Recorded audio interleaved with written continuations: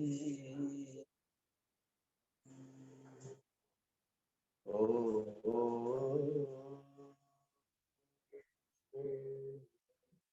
श्री गुरुवे नमः।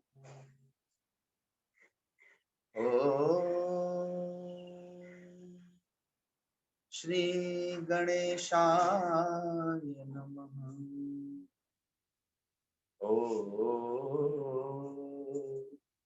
नमो भगवते वासुदेवाय।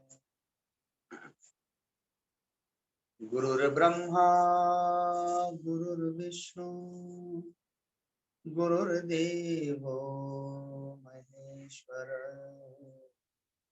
गुरुर्साक्षात् परं ब्रह्म तस्मै श्री गुरुवे नमः। अखण्डमण्डलाकारं व्याप्तं येन चराचरं तत्पदं दर्शितं येन तस्मै श्री गुरुवे।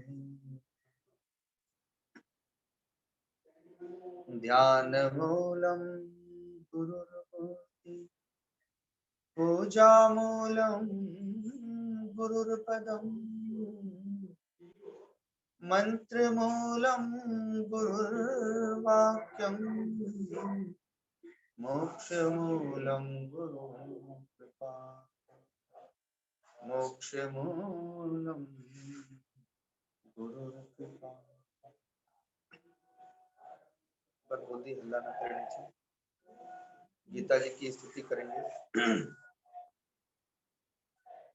गीता हृदय भगवान का सब ज्ञान का शुभ सार है।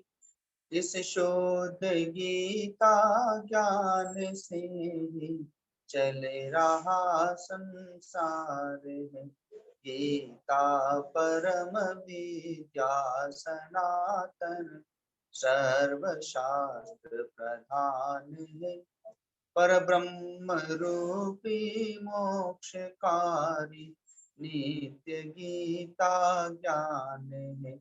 इस मोह माया कष्ट से तरना जिसे संसार हो, वह बैठ गीता नाम में सुख से सहज में पार हो। संसार के सब ज्ञान का यह ज्ञानमय भंडार है।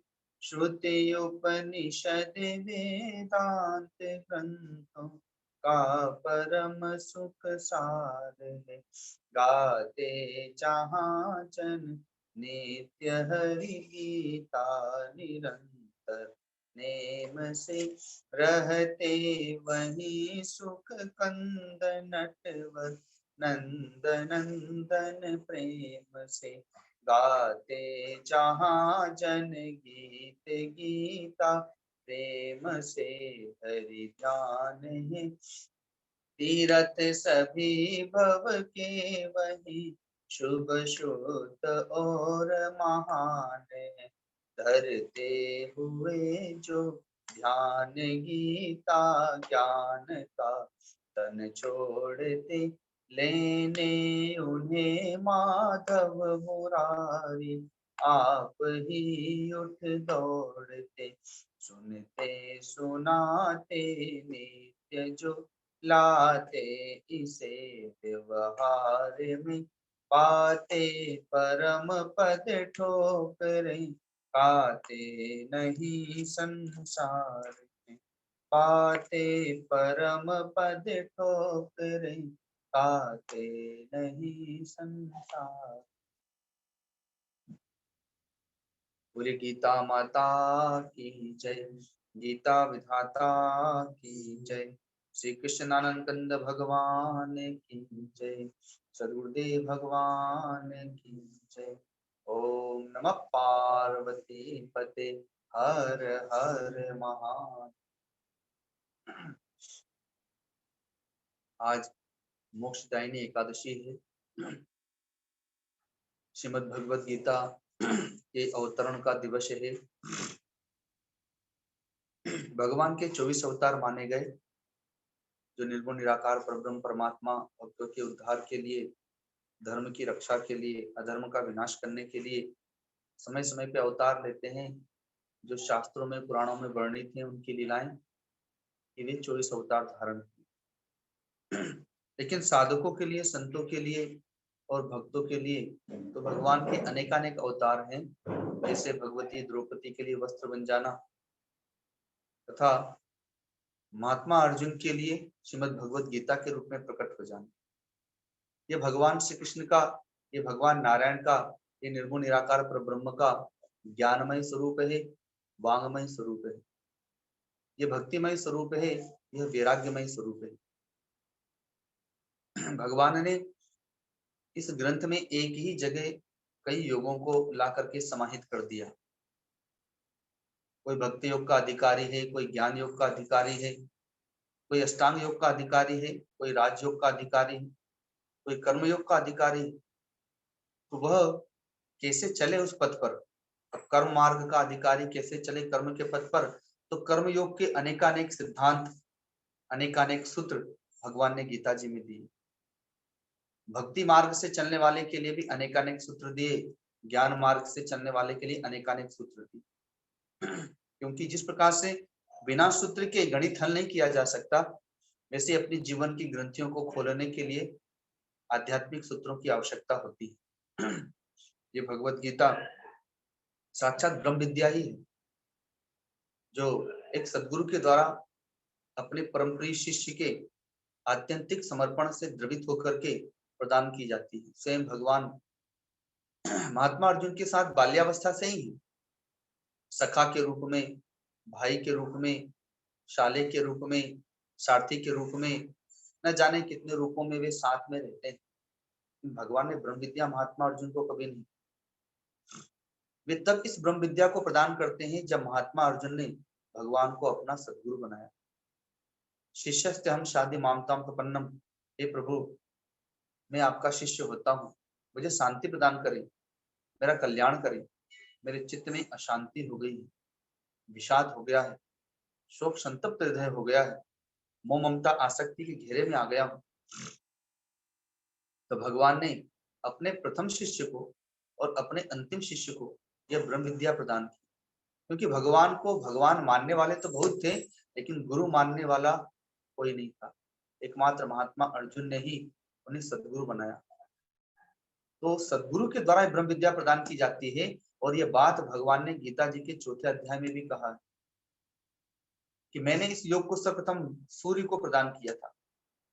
जब भगवान निर्गुण निराकार रूप थे, भगवान सूर्य प्रकट हुए, तो उस समय भगवान सूर्य को यह ब्रह्म विद्या प्रदान की। गृहस्थ आश्रम की बात यहाँ पर की जा रही है। भगवान सूर्य ने अपने पुत्र व्यवसत मनु को प्रदान किया, महाराज मनु ने अपने पुत्र इक्ष्वाकु को प्रदान किया। इस प्रकार से गृहस्थ आश्रम में परंपरा क्रम से चलती रही। पहले के स्वजन भाई बांधव माता पिता आदि अपने बाल बच्चों को केवल भौतिक संपत्ति ही नहीं देते थे, उनके पास में आध्यात्मिक विरासत भी होती थी। वो आध्यात्मिक विद्या अर्थात ब्रह्म विद्या भी प्रदान करते थे। दूसरी ओर संन्यास आश्रम में सदगुरु अपने परम प्रिय शिष्यों को ये ब्रह्म विद्या प्रदान किया करते थे।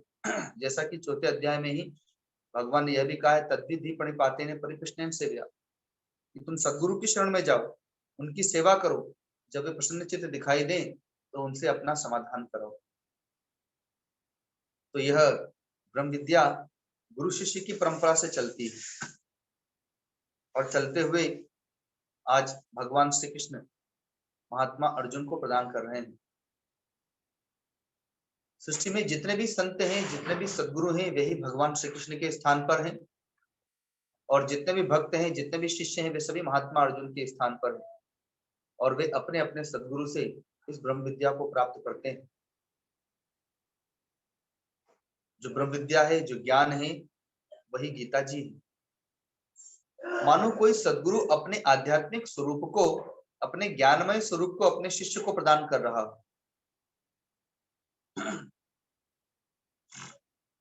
जब भगवान शिव तांडव नृत्य करने लगे तो भगवान नारायण मानो पिघलने लगे और गंगा जी बन गए। वैसे ही भक्तों के, साधकों के उत्कट जिज्ञासा से, महात्मा अर्जुन के शोक संताप से, विषाद से भगवान नारायण पिघलने लगे और मानो गीता जी रूप हो गए, भगवत गीता का रूप धारण कर लिया।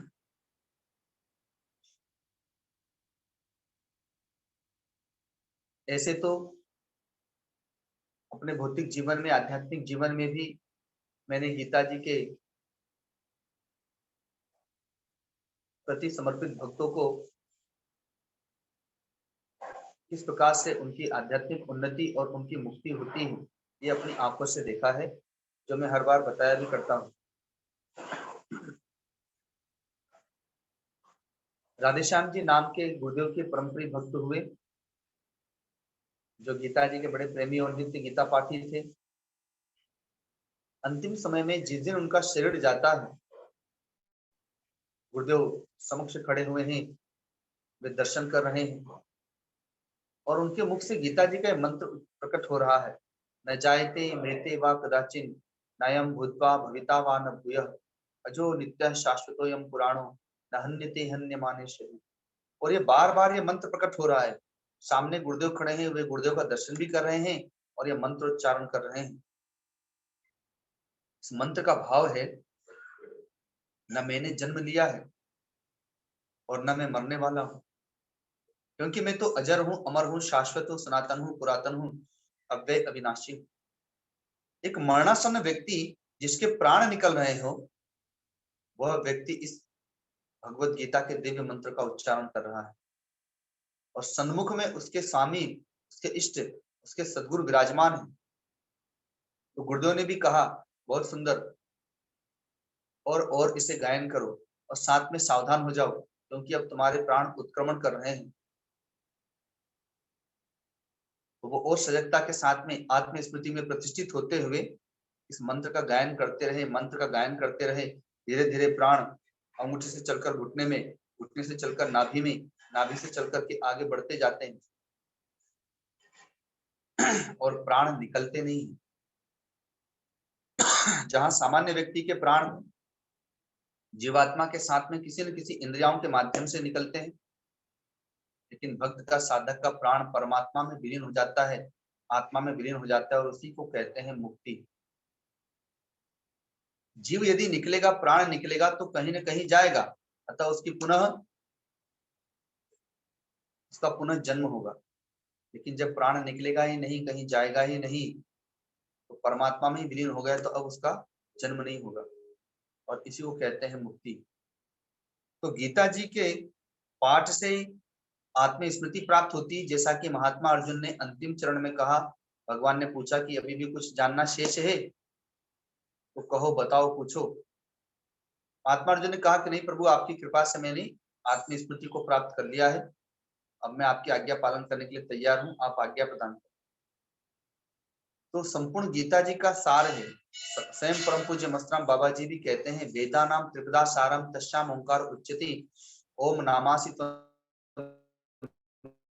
सनातन। वेद पुराणों का सार गायत्री मंत्र है और गायत्री मंत्र का सार ओम है। ओम अर्थात आत्मा, ओम अर्थात परमात्मा, और कहते हैं कि वो ओम तुम ही हो, अर्थात तुम आत्मा ही हो और तुम परमात्मा का अंश होने से तुम परमात्मा ही हो। तो अपने आत्म स्मृति को प्राप्त कर लेना ही संपूर्ण शास्त्रों का, गीता जी का लक्ष्य है कि आप अपने आत्म स्मृति को, आत्म स्वरूप को प्राप्त कर लें। इसके लिए भगवान ने कई प्रकार की उपमाएं दी। यदि आप इस शरीर नहीं है, आप आत्मा है, तो फिर ये शरीर कौन है? तो कहते हैं कि जैसे आत्मा, जैसे शरीर पर वस्त्र होता है, वैसे जीवात्मा पर शरीर वस्त्र के समान है। और शरीर का महत्व होता है, वस्त्र का महत्व नहीं होता है। शरीर को सजाने के लिए, ढकने के लिए वस्त्र पहना जाता है, वैसे ही महत्व जीवात्मा का है, महत्व आत्मा का है, महत्व आपका है, शरीर का महत्व नहीं है। ये तो वस्त्र की भांति बदलता रहता है। दूसरी उपमा देते हैं, बात समझ में नहीं आती तो कहते हैं कि शरीर मकान के समान, व्यक्ति दिन भर काम करके आता है, शाम को रात्रि में विश्राम करने के लिए मकान में रहता है। मकान पुराना हो गया, जीर्ण शीर्ण हो गया तो बदल देता है। वैसे ये 9 दरवाजे वाला मकान है। जीवात्मा बदलता रहता है, न जाने 84 लाख योनियां और पता नहीं उसके आगे पीछे भी और कितनी बार इन मकानों को बदला है। तीसरी उपमा देते हैं कि शरीर खेत के समान है। किसान खेत पर जाता है, घास फूस झाड़ियों को काट करके बीज बोता है, उसकी फसल प्रकट होती है, उसमें अपना अनाज ले लेता है, खेत को फिर उदासीन हो जाता है, समय आने पर फिर बीज बोता है। वैसे ही इसमें इस शरीर रूपी खेत में पहले से काम, क्रोध, लोभ, मोह, राग, द्वेष जिस रूपी झाड़ियां लगी हुई हैं, तो सदगुरु के पास जाकर के अस्त्र लेता है, झाड़ियों को काटता है, सदगुरु के सत्संग से वो दिव्य ज्ञान रूपी बीजों को लेता है, इसमें बोता है, संयम रूपी बाढ़ लगा करके सत्संग रूपी जल से उस बीज को अंकुरित करता है, फसल प्रकट होती है और फिर वो फल प्रकट कर लेता है ज्ञान, ध्यान, विज्ञान का। और फिर इस शरीर रूपी वस्त्र से पुनः उदासीन हो जाता है। जैसा कि कबीरदास जी कहते हैं कि चदरिया झीनी रे झीनी और ज्यों की त्यों धर दीनी चदरिया झीनी रे। अर्थात इस शरीर रूपी चादर से उन्होंने अपना लक्ष्य प्राप्त कर लिया और इस शरीर रूपी वस्त्र को पुनः भगवान को समर्पित कर दिया, ज्यों की त्यों धर दीनी। चौथी उपमा देते हैं कि यह शरीर एक वृक्ष के समान है, या वृक्ष की शाखा के समान। अगर संसार को वृक्ष समझ लेते हैं तो ये शरीर इस संसार रूपी शाखा की एक वृक्ष है। संसार रूपी वृक्ष का एक शाखा है, एक टहनियां है, डालियां हैं, जो आप समझ रहे। तो टहनी, डालियां, पत्ते तो टूटते झड़ते रहते हैं, नए आते रहते हैं, वृक्ष को उससे कोई प्रभाव नहीं पड़ता। प्रतिवर्ष वृक्ष पतझड़ में अपने पत्तों को छोड़ता है, नए पत्ते धारण करता है। वैसे प्रतिदिन न जाने कितने शरीर रूपी पत्ते इस संसार रूपी वृक्ष से झड़ रहे हैं और नए पत्ते आ रहे हैं, और न जाने कितनी शाखाएं भी टूटती रहती हैं, नई शाखाएं आती रहती हैं। तो भगवान ने गीता जी में ऐसे अनेकानेक उपमाएं दी हैं, जो भी भक्त जो समझ सके। कल ही हम लोगों ने श्रीमद् भागवत महापुराण की पूर्णाहुति की सासाराम में, तो वहां पर हमारे परम पूज्य दादा गुरुदेव का एक सिद्धांत, एक महामंत्र आप लोगों को सुनाया था, जो वे अपने भक्तों के मध्य कहा करते थे। उस पूरे श्रीमद् भागवत का, वो पूरे वेद शास्त्र पुराणों का, वो गीता जी का सार है। जो अभी मैं आप लोगों को बता रहा हूं वह उस मंत्र का सार ही है। वो मंत्र सारे शास्त्रों का सार है और उस मंत्र का भी सार यही है कि आप शरीर नहीं, आप आत्मा हैं, आप जीवात्मा हैं, आप अंतरात्मा हैं। लेकिन अपने आप को शरीर मानने का इतना अभ्यास हो चुका है, सोते जागते खाते पीते शरीरमय होते हैं, और ये ज्ञान की बात जल्दी समझ में आती नहीं है। इसलिए चित्त शुद्धि के लिए भगवान ने कर्मयोग का सिद्धांत दिया कि पहले आप निष्काम कर्मयोग करें, जिससे कि आपका अंतःकरण शुद्ध हो। आपने बहुत लंबे काल तक सकाम कर्म किया है, परिवार के लिए, बाल बच्चों के लिए कर्म किया। अब आप सदगुरु के लिए कर्म करें, गौ माता के लिए कर्म करें, भगवान के लिए कर्म करें और निष्काम कर्म करें, तो आपका अंतःकरण शुद्ध होगा। जब अंतःकरण शुद्ध होगा तो ये ज्ञान की बात आपको समझ में आएगी। और या तो आप भक्ति मार्ग के पथिक हैं तो फिर भक्ति करें, लेकिन भक्ति योग में भी कर्म योग समाहित है। तो करते करते धीरे धीरे उससे भी अंतःकरण पवित्र होता है, तब ज्ञान योग का सिद्धांत समझ में आता है।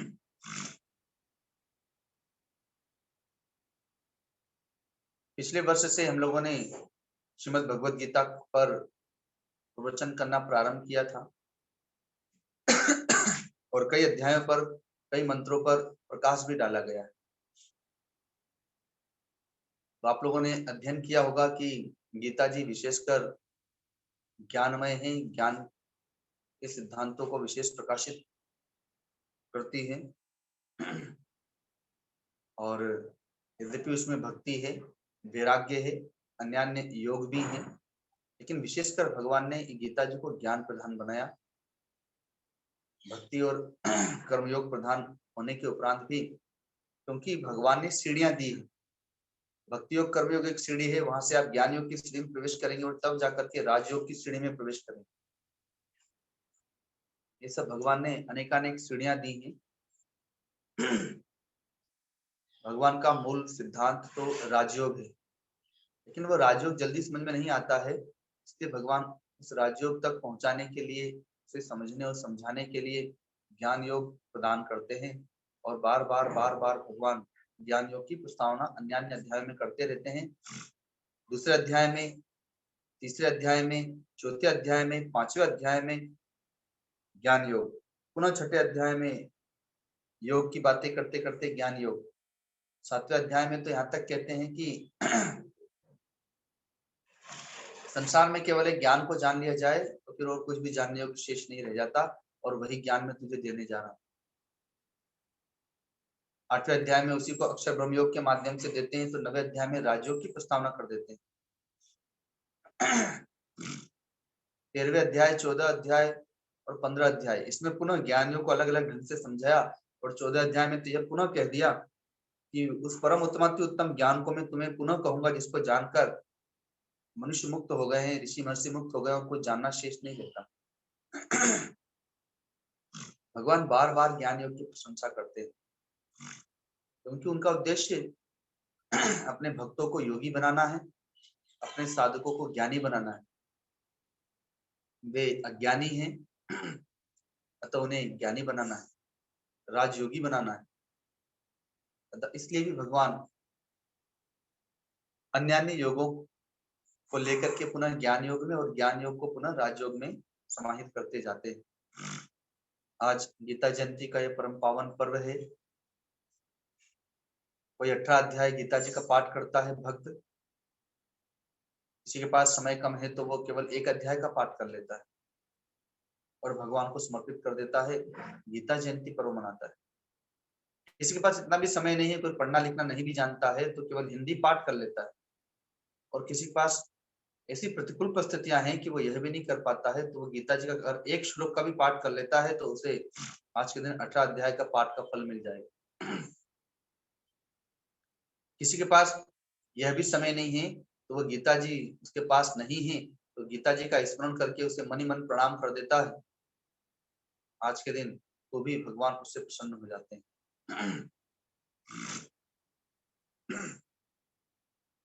तो इसलिए आज इस गीता जयंती के परम पावन पर्व पर भक्तगण जिस प्रकार अपने अपने स्थानों पर गीता जयंती मना रहे हैं, आप अपने अपने बाल बच्चों का जन्म दिवस मनाते हैं बड़े धूमधाम से। आज गीता जी का अवतरण दिवस है, वह भक्तों के लिए, साधकों के लिए, सिद्धों के लिए भगवान के मुख से प्रकट हुई है और भक्तों के हृदय में विराजमान होती है, साधकों के हृदय में विराजमान होती है। वो उन्हें ज्ञान ध्यान विज्ञान प्रदान करती हैं, भक्ति ज्ञान और वैराग्य प्रदान करती हैं, उनका आत्म स्वरूप प्रदान करती हैं। तो आप लोग भी गीता जी के भक्त बने। आज के दिन से जो गीता जी का पाठ नहीं करते हैं वो गीता जी का पाठ करने लगे। किसी के पास समय का अभाव है तो ज्यादा नहीं तो कम से कम 5 श्लोक ही प्रतिदिन पाठ करें। अधिक समय हो तो एक अध्याय रोज पाठ करें, जिसकी जैसी सामर्थ्य। रोज जूम पर प्रातःकाल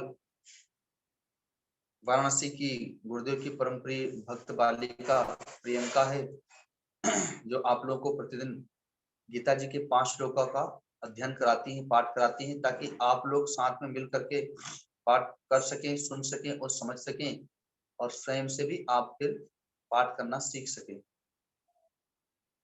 साथ में हनुमान चालीसा का पाठ भी चल रहा है। दोनों का वो पाठ कराती है। और आज गीता जयंती के दिन ही एक बार पूरी गीता जी का समापन हो रहा है, और कल से वो पुनः 5 श्लोक पहले अध्याय से प्रारंभ कर देगी। ये आप लोगों के लिए किया जा रहा है, ताकि आप लोग गीता जी का पाठ करना सीखें, साथ में पाठ करें,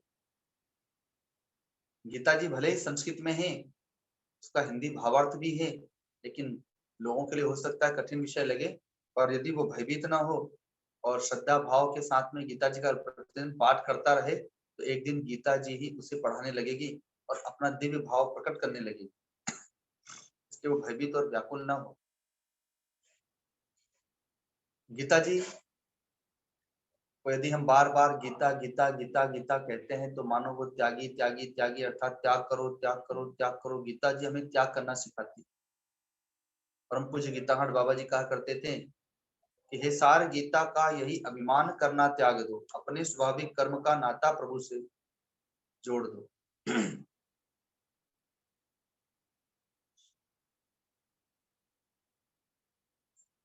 अभिमान का त्याग करना, ये सार गीता का यही अभिमान करना छोड़ दो। और मनुष्य का सबसे कठिन काम यही है, अभिमान का त्याग करना। वह अभिमान का त्याग जल्दी नहीं कर पाता, लेकिन गीता जी का संपूर्ण गीता जी का सार यही है कि आप अभिमान करना त्यागे। तो जाति का अभिमान, धन का अभिमान, रूप का अभिमान, बुद्धि का अभिमान, बल का अभिमान, स्वजन भाई बांधव कुल कुटुंब का अभिमान, इतने सारे अभिमान, और साथ में देहाभिमान तो है ही, ये सबसे बड़ा अभिमान है। एक एक करके वह अभिमान का त्याग करता है। तो कैसे? तो नीचे कहते हैं कि अपने स्वाभाविक कर्म का नाता प्रभु से जोड़ दो। सबका अपना अपना स्वाभाविक कर्म है। पिता का अलग कर्म है, माँ का अलग कर्म है, पति का पत्नी का अलग अलग कर्म है, बाल बच्चों का अलग कर्म है। सब अपने अपने कर्मों को भगवान से जोड़ें, उनका नाता भगवान से जोड़ दे, अपने कर्म का नाता।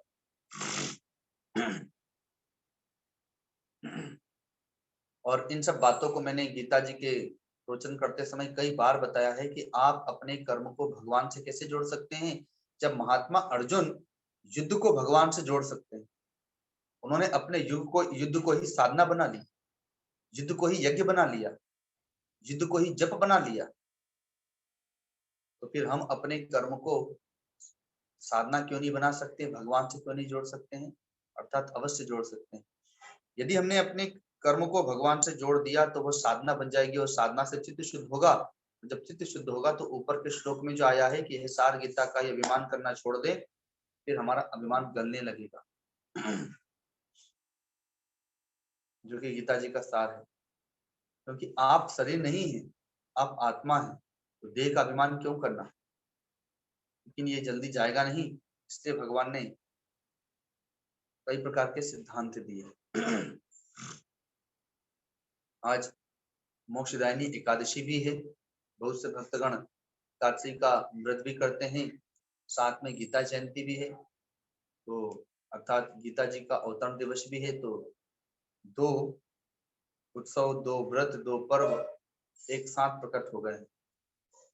तो आप लोग अपने घरों में गीता जी का पाठ करें, जिससे जितना हो सके वो उतना ही पाठ करें। हम लोगों ने भी जो गीता जी का पाठ किया है पूर्व में, वह आप लोग को श्रवण कराएंगे। और आज गीता जी की महिमा का आप लोग के समक्ष गायन किया गया। फिर उचित समय और देश काल अवसर प्राप्त होने पर, इस प्रकार हम लोगों ने गीता जी के अन्य अध्यायों का पहले सत्संग किया है, प्रवचन किया है, वैसे ही आगे भी जब समय आएगा तो गीता जी के और भी अन्य अध्यायों पर, अन्य श्लोकों पर हम लोग व्याख्या करेंगे, अर्थात सत्संग करेंगे, ताकि गीता जी को हम समझ सकें और गीता जी के सिद्धांतों पर चल सकें। क्योंकि जो गीता जी है वो भगवान का मानव मात्र के लिए संदेश है। वो भगवान के पत्र हैं, 18 पत्र हैं। जैसे कोई चिट्ठी लिखता है, पत्र लिखता है अपना संदेशा पहुंचाने के लिए, तो वैसे ही मानो भगवान का वो पत्र है, भगवान की वो चिट्ठी है अपने भक्तों के लिए। इस गृहस्थ आश्रम में, इस संसार में आप कैसे रहें कि भगवान का भी होकर के रह लें। तो वो गीता जी के सूत्रों में भगवान ने नाना प्रकार के सिद्धांत दिए हैं, गीता जी के संदेश के रूप में, पत्र के रूप में। तो इसलिए उन संदेशों को प्रेम पूर्वक पढ़ें, अपने जीवन में धारण करें, अपने जीवन को गीतामय बनाएं, गीता जी के ज्ञानमय बनाएं। तो आज विशेष न कहकर 7 दिनों से आप लोग को भागवत की कथा श्रवण कराई जा रही थी। तो वो गीता जी का विस्तार ही था भागवत कथा। तो अपने जीवन में इसे धारण करें। भगवान ने संपूर्ण गीता जी कहने के उपरांत गीता जी का सार 2 श्लोकों में दिया। 18 अध्याय के अंतिम चरण में मनमना भव मद्भक्तो मद्याजी माम नमस्कुरु मामे विषे सत्यम ते प्रतिजाने प्रियोषिमे सर्वधर्मान परित्यज्य मामेकम शरणं व्रज अहम त्वा सर्व पापेभ्यो मोक्षयिष्यामि मा शुचः। भगवान अपने भक्तों से मन मांगते हैं। जहां कोई भक्त, कोई साधक जीवन भर भगवान से मांगता रहता है, सकामी रोटी वस्त्र मकान मांगता है, और जो निष्कामी भक्त है वो ज्ञान ध्यान विज्ञान मांगता है। तो भक्त जीवन भर मांगते हैं, पर भगवान जीवन भर देते हैं, मांगते नहीं है। लेकिन जब वो अपने भक्तों साधकों के पास में परम प्रेम में भर जाते हैं तो कहते हैं कि अपना मन मुझे दे दो, क्योंकि सभी अपने मन से परेशान हैं। जितने भी दोष हैं, विकार हैं, वो सब मन में ही भरे हुए हैं, और उद्धार भी मन का ही होता है। तो इसलिए भगवान मन मांगते हैं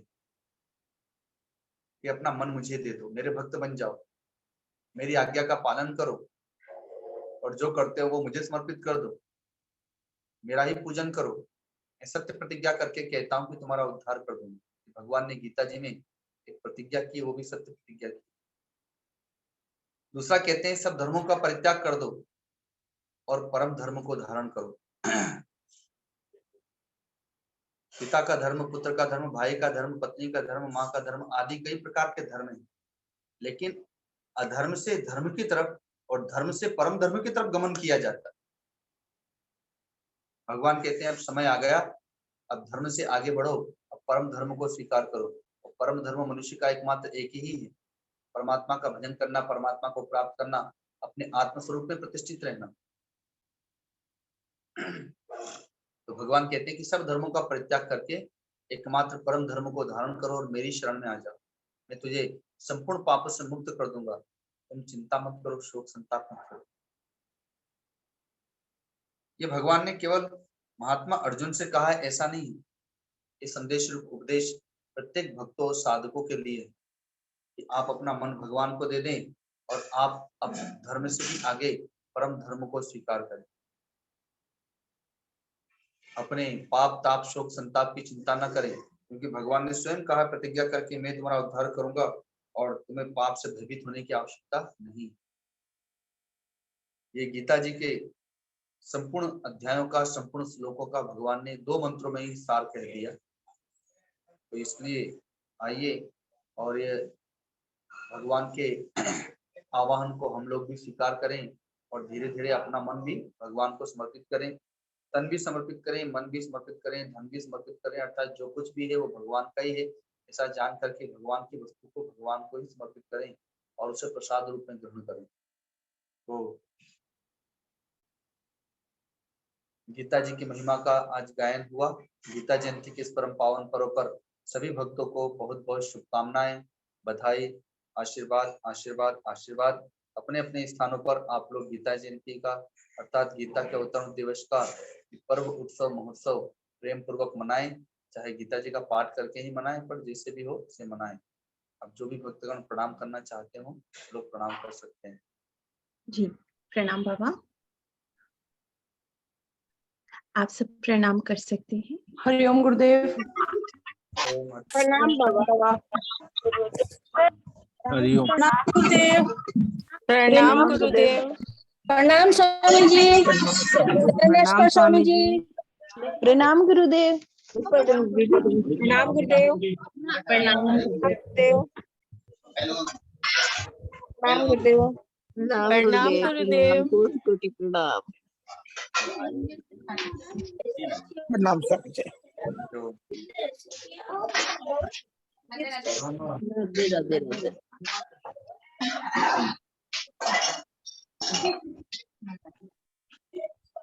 प्रणाम सर।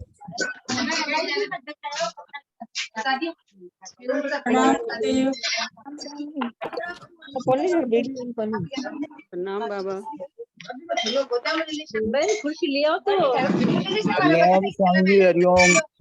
हरिओम हरिओम। प्रणाम। सब करने लगा हुआ अपने अपने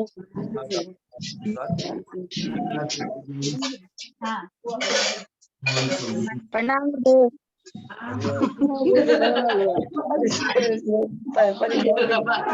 मैं आशीष सदा सुहागिन हो तुम जुगलगी मैं आशीष दीनदयाल विरसनारी आए मिलकर जयकारा लगाएं। पार्वती संपत्ति हो सद्गुरुदेव भगवान की जय। माता की जय। माता की भगवान की जय। प्रणाम बाबा।